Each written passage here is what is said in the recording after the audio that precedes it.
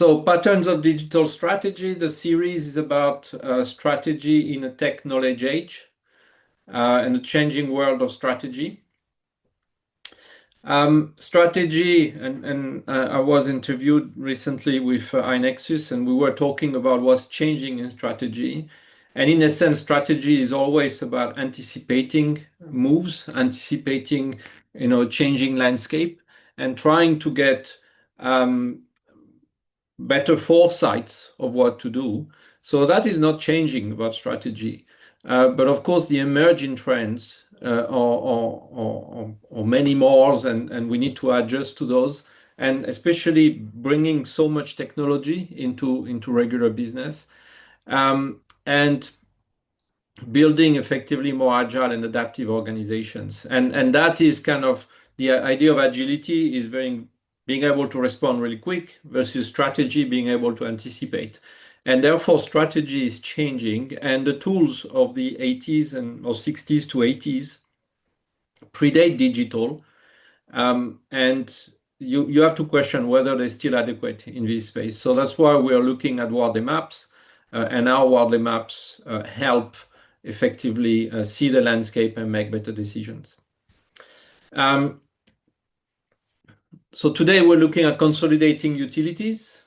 And as mentioned earlier, in October and November, I'm looking at creating one session on vertical integration, strategies, lower down the value chains, and inside out strategy in uncertainty, making agility matter. So those are the planned sessions. There's still a slot for December. So we'll have a whole journey throughout the year. If you have any suggestions, please let me know. Format of the session, always a bit tutorial, but we'll invite some conversations at some point in the session. It's recorded so that we can share them afterwards. And I engage you or invite you to engage your thoughts at two levels. One is, in this case, exploring the creation of utilities and how utilities is a play in strategy. And the other one is also opening the eyes of Wardley maps and through a maps, how do you see the situation better? And even if here the maps are relatively simple, how do you see that situation a bit better to make better decisions? And how basically it's probably a more adequate framework for working with strategy in the 2020s now, compared to the frameworks of the 60s and 80s. And then there will be probably more masterclass fundamentals and so on and cohorts at the back of it. We'll look to start a few of them later in the year and maybe into next year. So what's a utility? And in Wardley map, utilities or commodities are basically the last stage of evolution. And it's the idea that we're getting to 100% of an addressable audience. So the curve of adoption, going from the genesis, not many people know about it. Very few people adopt. And then you start finding a market with custom built, and then you productize, and that's where it becomes a product. And you may have variation, and products can be differentiated. The demand is growing. So therefore, everybody can do good business. And when we get to the stage of a commodity, where basically it's full market adoption, we're getting the competition around price. And that's where it becomes a lot more competitive and where things consolidate, the offering consolidate. But how do we recognize a utility? And Simon Wardley takes this example of a gold bar. So is a gold bar a utility? So if we think about the rarity, a gold bar is relatively rare, but is it a utility? And a mobile phone is very ubiquitous. Everybody has a smartphone pretty much now. Is it a utility? So the idea of something being high tech, does it define a utility being low tech? And it's a very difficult choice. And those are not necessarily the criteria to determine what a utility is. You can have utilities that are very high tech, and you can have utilities as well that are very low tech, or things that are ubiquitous and rare. It's not a criteria. And in Wardley Map, and I encourage you to search for the cheat sheet. And the stage of utility is really defined around what will be the discourse around it. So how would papers talk about it? And for me, a criteria that works very well is this idea that when do you talk about something when it breaks down? That's the definition very often of utility. So people have learned to rely on it. So if you think, utilities, water, electricity, and so on, when there's a blackout, when the water doesn't run, then we talk about it. But when it does run, it doesn't attract much attention. It's only when it doesn't that it's interesting. So your mobile phone, when the mobile phone network is down, we talk about it, and it becomes a utility. Therefore. And it's very, and I encourage you to go through it. There's very many things that define a utility. It's modeled, meaning that we know what's good, what's bad about it. We know how it works and when it doesn't. We know what we expect about it. There are standards. There's best practice, meaning that there is a right way that it works and there is a wrong way. Anything that is not the right way tends to be the wrong way. And it's universally accepted. And of course, you have a lot more details in the definitions that Simon Wardley gives around what makes a utility. And when you do a map, you can compare to those definitions, and then you make a judgment call about where things do sit in terms of the components. So how does that look on a map? And that's something I used before. But just to say, Genesis, and we invent something new, it's early in the curve of adoption. Then there's inertia of crossing the chasm with reference to Jeffrey Moore's and the book Crossing the Chasm, where you need to find the clients, you need to find the initial scale, the people that will be the early adopters. The Genesis is the pioneers. They will try anything. But the real test is finding the early adopters, the early majority that will start consuming the product. And then, of course, the go-to-market marketing will start wrapping up, and you stop sort of making what you sell, you start selling what you make. So basically, you define a product, you listen to the customers, you create feature iterations, you improve the product. And of course, you can always enter the market as a fast follower, and with a good adaptability. You can try and scan for weak signals and enter the market when basically there is demand.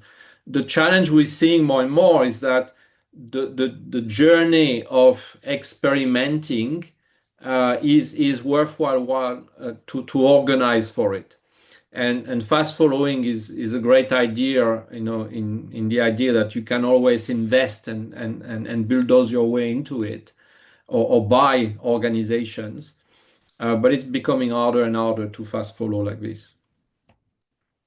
And then the last steps about scaling is really where we have platform utility, and it's driven by price.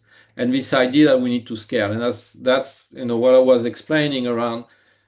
That step into utility is very much of an inflection point, and it is this sort of idea of you're going from peace to war, not in literal terms, but in terms of competitiveness. There is a lot more harder competition, and you're fighting for a market share at that point. And if you look at Flexer's curve from Kinevin Company, there is this omega point of inflection as well, where when the market grows, basically that's where the new entrants can cross the chasm and take over basically the growth, whilst the incumbents tend to see a decline at that point when the market scale, which is called complacency-induced failure, where it's very hard to recover. And they can recover, and they talk about last chance saloon type thing. They can recover as long as they decide to transform themselves quite substantially. So the point of inflection is reflected also in Flexus curves. So quick question to keep you participating as well. Do you recognize such utility situation and especially that point of inflection where some business will see growth, some business will see a challenge and probably a reduction? Have you got businesses coming to mind like this as examples?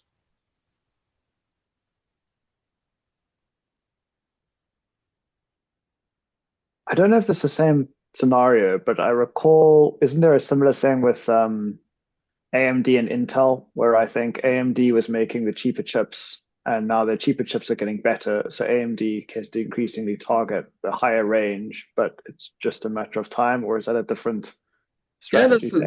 that's a good one. When the feature differentiation doesn't matter as much, it's more difficult to exist as a product because it becomes a utility. The chip becomes a utility. And yes, maybe you want to have high-end sort of GPUs and so on for your AI, but actually to put a chip in pretty much every device now, the low-end commodity chips is probably where a big market scale is. So very good point. Yes.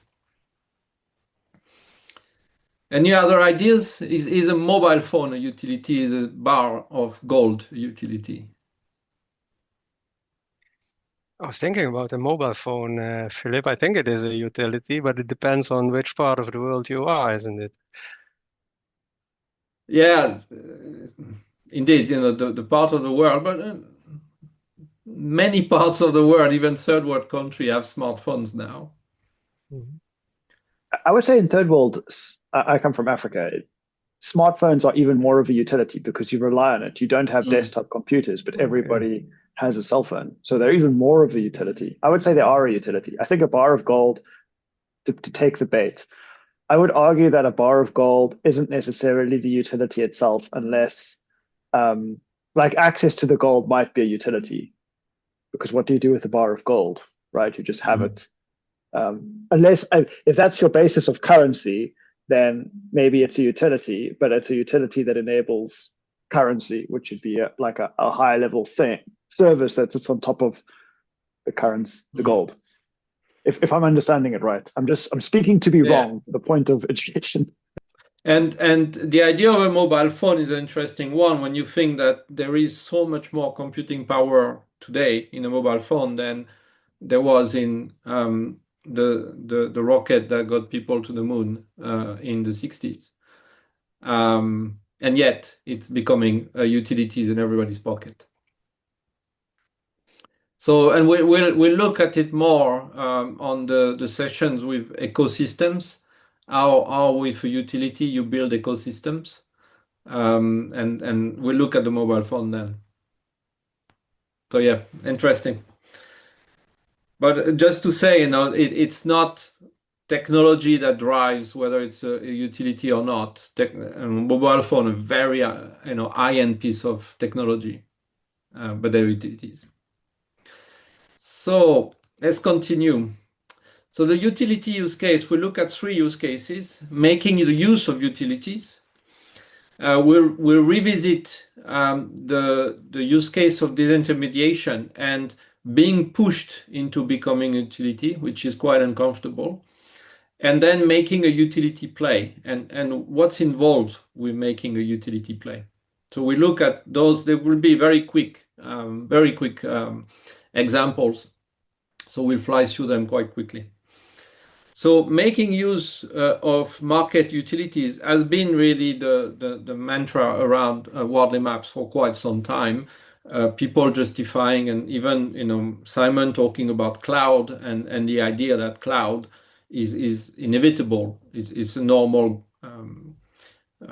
evolution of the market as a utility. And if you look at a typical product view, indeed, you have the product, the components, the subcomponents, and at the bottom of the value chains, generally utilities, and those utilities generally sit to the right of a map. And those utilities consolidate for economies of scale. So in enterprises, you will create utilities because you're sharing those for economies of scale in the business. But also you can use market utilities and basically expertise that is too costly for your use to bring in-house, and you use the market for that. So typically outsourcing is you outsource to utilities. And if we look at very simple, very basic example here of listening to music, you've got your device, you've got a subscription, your streaming service. You got music track and a content delivery, a storage mechanism, and maybe you have on-prem servers. And a long time ago, in order to run a streaming service on the early days, let's say, of iTunes, you needed to have quite an install capacity for that. And at that time, probably Spotify couldn't have competed with Apple because they would have had to install so much capacity to do that, which would take a long time for a startup to build up. But then, from on-prem server, you can have hosted capability. So a lot of the work of running a data center, you don't do anymore. You trust a third party to do it because that's their business. They will do it more effectively than you can do in terms of the security, in terms of the cooling, in terms of the setup, and so on. And they will also do it more cost effectively than if you try to do it yourself.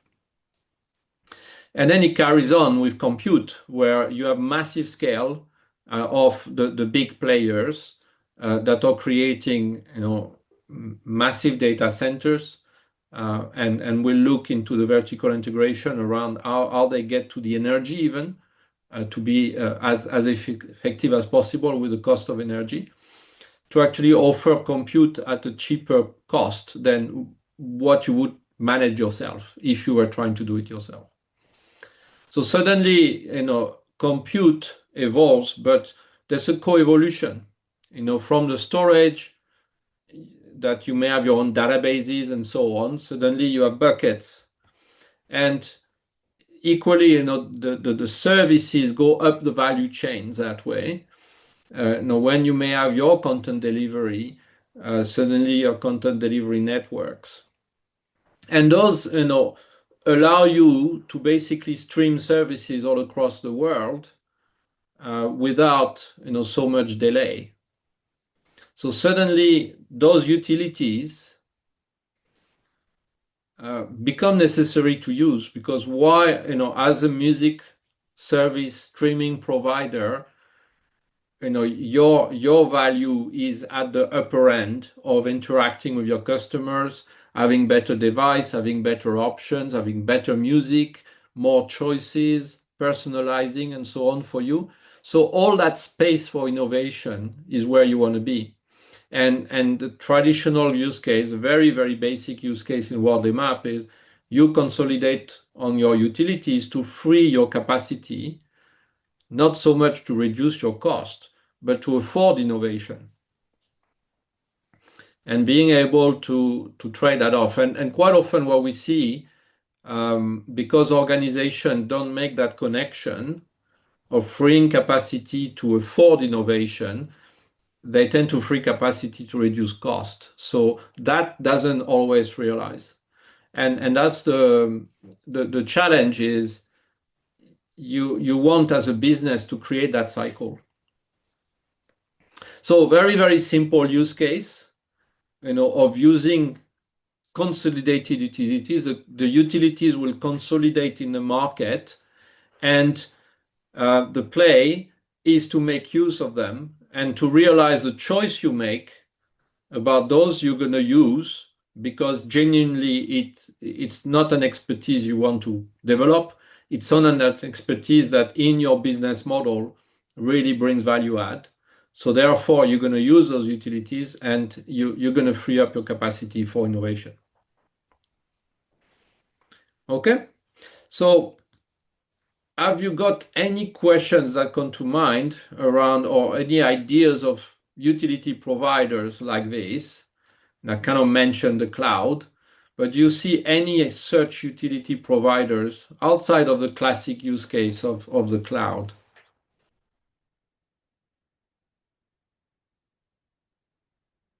Just to make you think a bit, names that come to mind.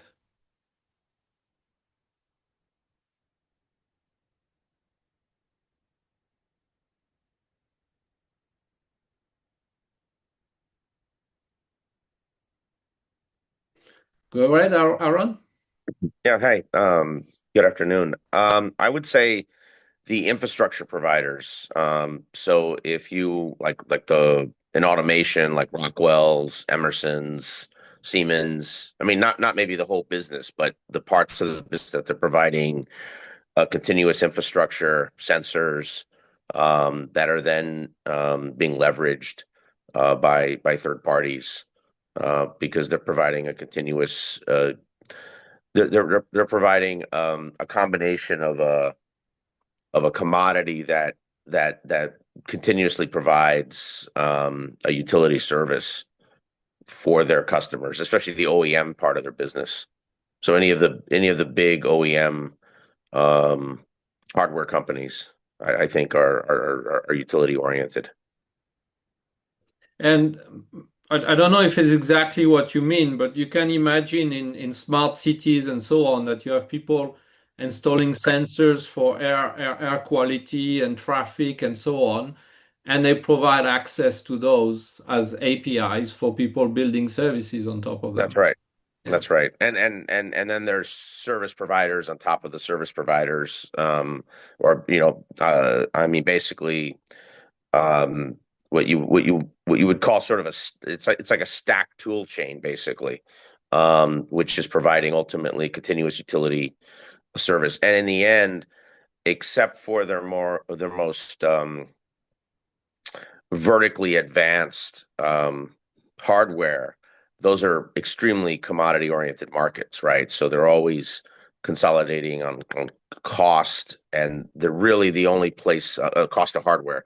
The only place that there's advantage is in the software stack, and really only at the top of the software stack, which is really, whether it's telemetry,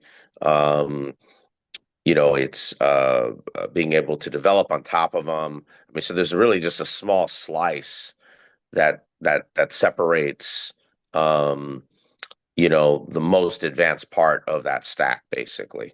That's why people can put together in smaller cities, as an example, very advanced networks of sensor infrastructure that's, maybe 20% of the cost. Now they might have to kind of roll their own software. It'll get clunky, but they can do it on a cost basis, right? If it's a smaller city, right? If it's not Copenhagen and you're in Jutland, and they're not going to write $1 billion or €1 billion check for you anyways, you're not going to get Siemens, right? I mean, not citywide. It's impossible financially. So, you roll your own and you can get Siemens light, objectively. But that's where as well the utility providers, through scale and the fact that they scale massively, they can drive very, very low cost and That's right. therefore take on the market completely. And that's where that play, is about price, is about scale and volume. So if we continue, the second one is being pushed into the second use case being pushed into utility, and you really recognize, the QSR example, so quick service restaurant business. You want to get fast food, local restaurant, drive-through, franchisee network actually operating the restaurants over restaurant chain. And that's true, you have many names like that. And if we look at what happened with the delivery platforms, they brought basically the doorstep convenience and more choice in the sense that you don't have to go to the brand that you want. You actually have a choice around all the brands available pretty much. And they essentially organize a logistics network or distribution. They don't cook anything. They don't have any restaurants overhead. They just organize the distribution. And what happened with COVID, and that's the use case we used around disintermediation, we've seen that the industry accelerated a change in customer behaviors around basically home delivery, the doorstep convenience. And we also saw a lot more customers using digital devices, an app, a computer, but also in the restaurants themselves, a kiosk. So the consumers being a lot more used and the experience progressing extremely quickly to ordering your food through a digital device. And that has meant they accelerated that convenience. And in doing so, basically they pushed the local restaurant into becoming commodities of their business. So they're not cooking, they're not operating a restaurant, they're pushing the restaurants being utilities. And that's an uncomfortable situation because, and that's a very, very classic, the disintermediation use case. You can listen to that session where the delivery businesses intermediate that relationship and push basically the other businesses into becoming utilities. And of course, when they do that, the margins are being challenged. The lion's share of the margin happens upper up in the value chains. It doesn't happen lower down. And the lower down element, it's an uncomfortable place to be because suddenly you don't have the same margins and your business is going to be challenged. The economics of your business will not build to be in that place in the value chain. Aaron, you got a question? Yeah, so this is interesting. I because I haven't thought of it this way until right now, just seeing it visualized here. Is really any business um or any service that's attached to any business that has a convenience centric relationship to customers can be fairly robustly disintermediated, and or have this type of shift. And so the competitive advantage that people or that those businesses thought they had or have, has to be more powerful than that convenience. So as an example, if you have an experiential restaurant, right? A place that does, kind of Japanese hibachi, a steakhouse, something that's, more than just sort of the standardized food order, then that's going to have a more robust, position than if it's, something that has a lot of that's easier to trade off, right? So if you're just the 15th, Chinese or Korean or pizza place, then that's going to be pretty difficult because convenience is then going to, you're not going to be able to. It's going to be harder to showcase and separate, your advantages basically. So The aggregator has the advantage over your business, and to re-intermediate the relationship, indeed, as you said, you need to make it to be creative about making the experience something different and special. And that will call for the customers to go directly to your restaurant. Yep. And we see a lot of those things, insurances, for instance, are the same. You know, do you have a particular relationship with your insurance? Not so much. It's an obligation you need to have on your car, and you're going to be shopping for the cheapest around quite often. So it's a great place for aggregation. Airbnb and all those businesses, they are basically relegating many businesses into the being utilities. And as utilities, what to really register here is when you pushed into becoming a utility of somebody else's business, the economics of your business are changing. You're pushed into a place where it's all about very high volume, very low margins. And if you fall into this space and you didn't choose to go in there, Yeah. the economics are going to be very challenged.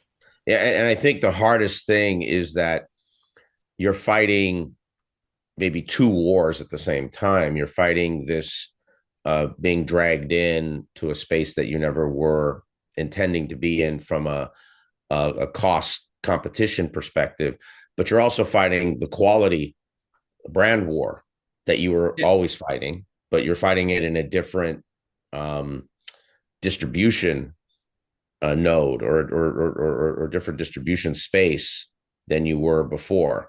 And I think that's almost like a double whammy. That's pretty challenging because if you don't, in some ways, your qual, and it's a new form of quality, right? Because when someone comes to your restaurant and it's a kitchen, you engineer a form of quality in terms of workflow and processes that are in location. So if there's a slight mistake, they get an order wrong, you could turn it around, et cetera. But the moment the order leaves your location, you've lost control of the quality relationship immediately. Absolutely. And that is a radically different business, which means you have to have more investment on the quality side, on sort of the lean Muda side or the lean 3M side. Yeah. And 3Ms. What happens as well is you end up needing to advertise on the platform of the aggregator to get the orders in. So suddenly the aggregator not only gets a cut of your business by pushing you out, but they get also marketing revenues. So that's a challenging area. I mean, the only I'm from California originally. I live in right outside of New York, but the only there's a handful of extremely unique brands that have earned being separated from this. So in California, one of them, there's a bunch, but one of them that's big, and it's really across the West at this point now, is In-N-Out. So any of you that have been to the West of the United States have heard of In-N-Out Burger. And it's the same menu as when I was a kid, 50 years ago, basically. I think they've added like 3 things.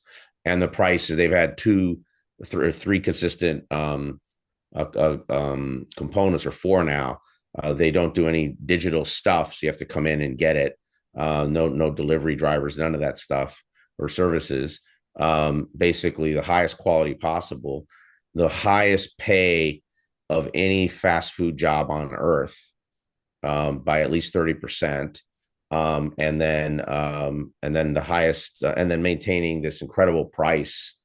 It's difficult to maintain that business model because you're effectively a special niche. That's right. And trying to scale a niche like that. Well, they turned it into an experience, which it was when I was a kid. It still is now when my kids go there, or whatever, where, it's part of waiting in line. It's part of seeing kind of the whole experience of it all. It's the same place. We've got some time left, but let's get to the last use case. That's the most important, interesting one. So spinning off utilities and the idea that as a business, you will do business, and at some point, part of your business might become a utility, not just for you, but for others. And that's difficult to do. But that's the grail. And it's the idea, and that concept I was talking about in the past around having basically the 4 P's of marketing, and now chasing a new mix of the product, the service, its content, and the platform to deliver it. And here we're really talking about creating those platforms and making them utilities. So if you imagine a shopper buying groceries, and they go to a supermarket, a local supermarket with stacked shelves, and that supermarket is basically supplied through supply hubs, and a supply chain below that from a supermarket chain. And for convenience, you need to have a national coverage, and you also need to probably have on-site parking, let's say. And what helps the supermarket is, well, if you have on-site parking, people go with their car and they're going to buy more. And that has been the model for a long time of a supermarket, and why supermarket probably beat the high street to a degree is because they bring the convenience of on-site parking and being able to load your car with it. Now, if we look at, again, home delivery and the personal shopper, I remember a long time ago, probably 1996 or 7, I was talking to some people in the supermarket industry, and they were saying that there's no way the financials will add up for somebody to shop on somebody else's behalf to deliver the groceries to the home.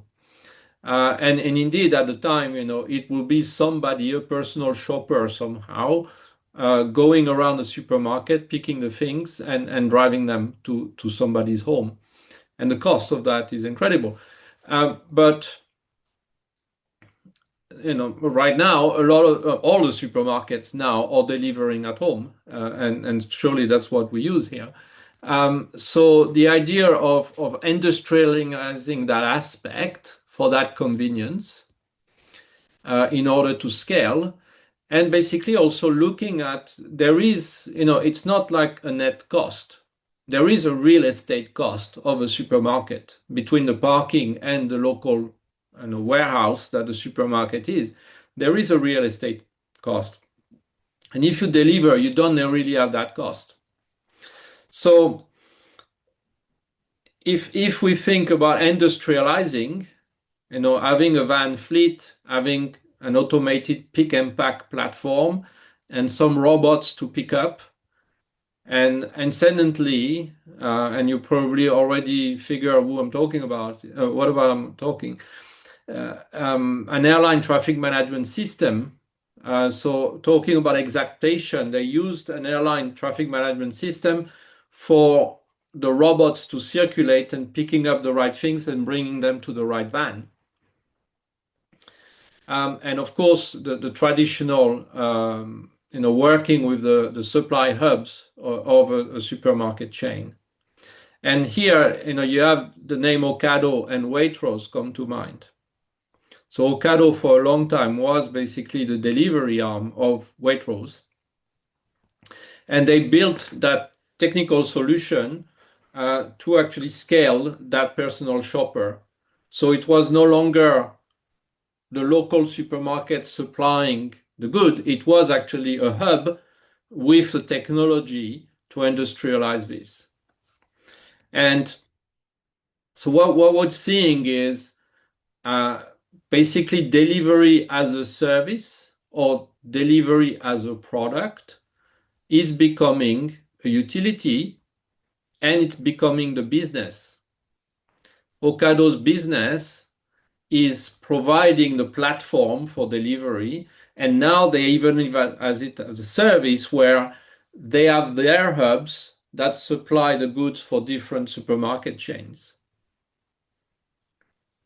So the whole utility that they designed to solve and industrialize essentially the pick and pack that was very custom initially. Now they're able to scale it, and by making it a utility, doing it for other supermarkets that are using that utility because it becomes too costly for them to do it by themselves, they basically have created a new business for themselves. And if you imagine scaling that and the cost economics of a supermarket, you have to wonder whether the real estate cost of a supermarket can really survive that. And as long as the delivery can be faster and so on, and small deliveries can be also accommodated, maybe the economics of a supermarket don't add up. But also, if people don't go for the big shop in the supermarket, can they survive? I don't know. So the utility has redefined the market, and the utility has become basically a business of its own. And if we look at what does that mean in terms of a more generic terms, is you have a B2C customer, they have an emerging need, and you're testing the demand generally through a manual way. The personal shopper that is going to pick and pack into your local supermarket. So you're testing that demand and you see that there is interest. And that means, you're looking to scale that. You're looking to industrialize that with some solution. And that solution requires investment. And they require testing and seeing the potential. You're not going to get the investment unless you can see and create the data that will tell you there is potential. And then what happened is you have this differentiated offering, and sorry, it didn't show, but you get to this differentiated offering with a custom solution, generally for one brand.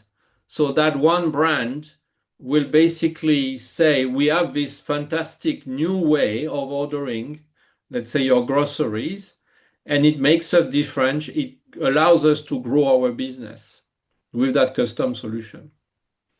And then you look at committing this adoption. So you're going to sign up more people, you're going to promote it and so on. You're going to make it a product.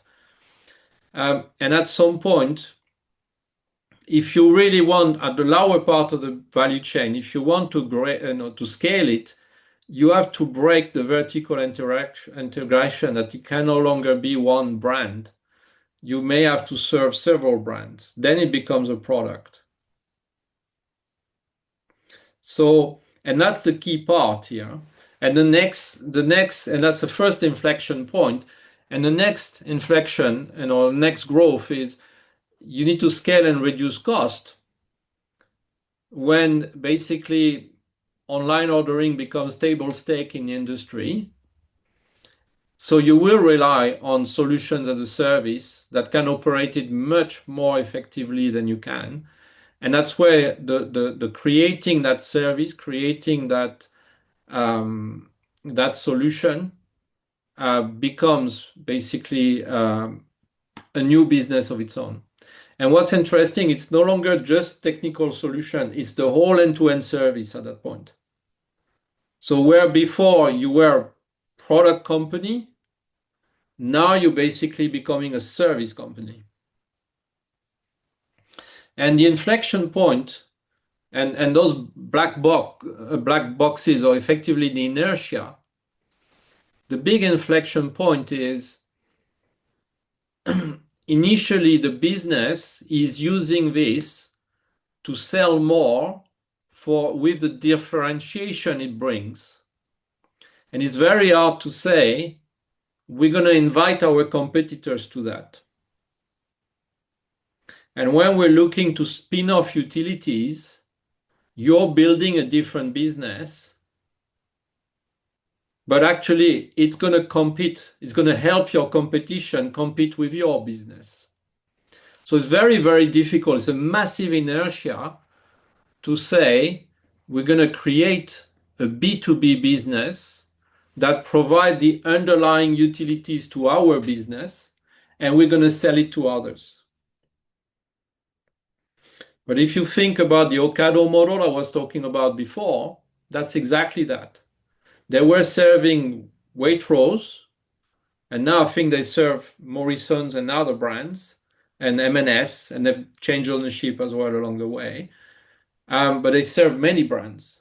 So they were really the unique solution for one provider before, which is very much that custom. and that provider were able to actually differentiate with the home service.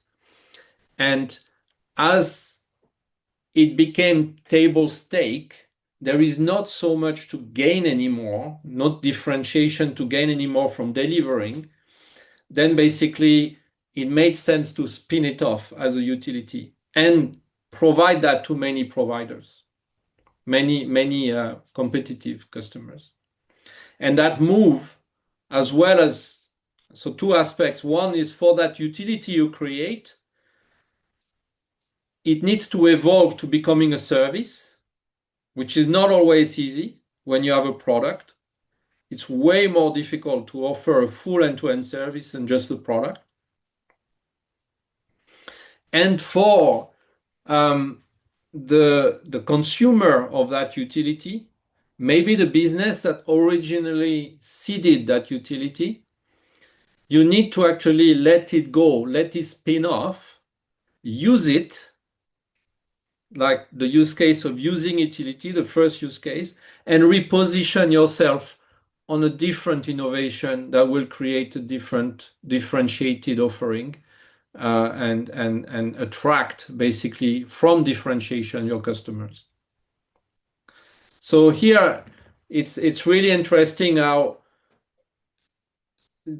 that journey of evolution, at some point there is a big inflection point about accepting that you're not going to take over the world in terms of a vertical integration by maintaining that utilities as a custom thing to you. You're going to spin it off and you're going to have two business as the result of it. Very difficult decision to make, and very big inertia point for that. Okay, so do you recognize that? And do you recognize businesses that have successfully disintermediated themselves from their utility and created and scaled basically market utilities from that? Any thoughts?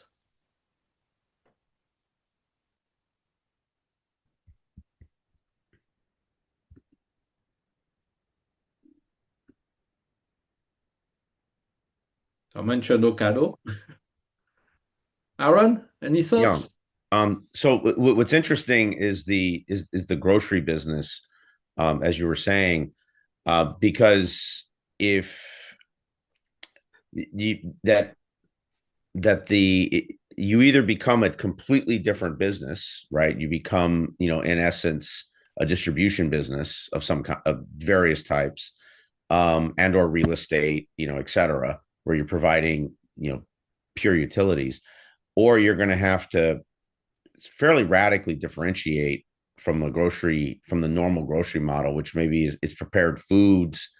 It's having more of a farm to table, especially within local region, kind of Land O'Lakes model, where you're creating sort of social support drivers, right? The idea that you're getting fruits and vegetables and other products that are locally made, offers more potential to drive traffic. I mean, you almost have to figure out what's the driver for traffic, right? If your goal is physical traffic, do you have a driver for that, right? And they've never had to answer that question really until now. That's a space where you can only experiment. That's right. So you need affordance for that innovation, and that's right. You created the utility. Now you're one of the user. What the utility bring is no longer differentiated in the market. That's right. But you created that utility, you made money out of that, and maybe you have a second business with that utility. But now you need to free as well yourself. You're using that utility to free your staff and so on, to think about what do you need to do to afford that innovation, to have more experiential shopping, whatever it is, to get to that. Well, yeah. So it's very much that first use case.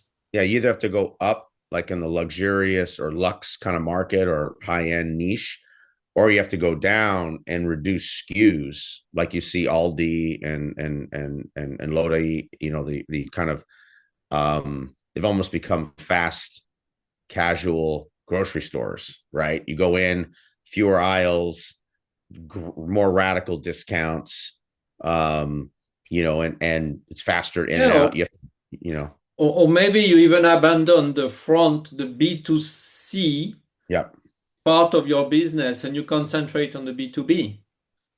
So, yep, you know, another big player that has done that very successfully is Amazon. yep, They started as a custom shop selling books. And very quickly, Amazon, I remember in the 2005 or so, they were offering a service like Shopify yep. for businesses to run their e-commerce based on their platform. Yeah, the And that was marketplace. Yeah, the really the seed to AWS now. yep. So they spun off from their experience running a business at the front end, which they keep having, but they spun off many utilities to power other people. And the key thing in the utility, when you want to create a utility, is appreciate you shifting from doing business with your utility you created to having other people doing business with the utility you created. And that's a very, very big step. And many people like the idea of that, but putting that into practice, powering your competition with the utility you created, and at some point even making it an end-to-end service, very, very big step for business to take, because they try and figure what's my vertical integration so I can take over the whole market with those Yeah. things that And the create. capital intensity cycle, you're really also you're held hostage to the capital intensity cycle, and you become incredibly interest rate dependent, right? So when rates jack up like they have, or inflation has shifted, you are in a very precarious position, because you need all that capital to maintain that market position. Yeah. So that's about it for today. So one other question that would be interesting here is, so I mean, I work with a lot of businesses that are that have adopted the concept of the fortress balance sheet, you know, as extremely high priority. How a sort of a fortress balance sheet would play into your decision making. That would be pretty, you know, kind of interesting to see in a Wardley map. You know, because of how that drives constraints and drives priorities. But also, maybe if you want to, we are just on time now. If you want to connect with me offline, sure. and since there is one more session at the end of the year, we could explore that topic. I would really be interested to have topics coming from the audience. So Yep. No, absolutely. please connect and let's see what we can do for the last topic of the year. Definitely. Well, thank you. I mean, you do an amazing job. I mean, like, it's incredible when you put these together. It really is. Thank you very much. Thank you.